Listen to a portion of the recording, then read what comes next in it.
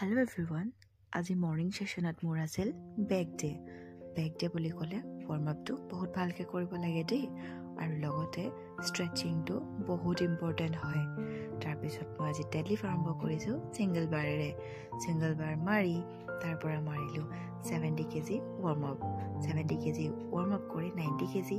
তাৰ পিছত মোৰ মেইন সেট আছিল 105 কেজিত তিনটা ৰেপিটেশন সেট এয়া মাৰি মই আৰম্ভ কৰিছো পুল ডাউন মাৰি তাৰ পিছত মাৰিলো মই কেবল ৰ মাৰি তাৰ পিছত মাৰিলো ডাম্বেল ৰ মাৰি ভাবিলো বাইসেপ মাৰো।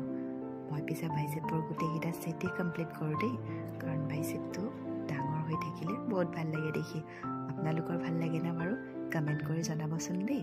আজিলৈ মই মোৰ ভিডিঅ'টো ইমানতে সামৰিছো। আৰু এটা কথা, মই যে ভিডিঅ'বোৰ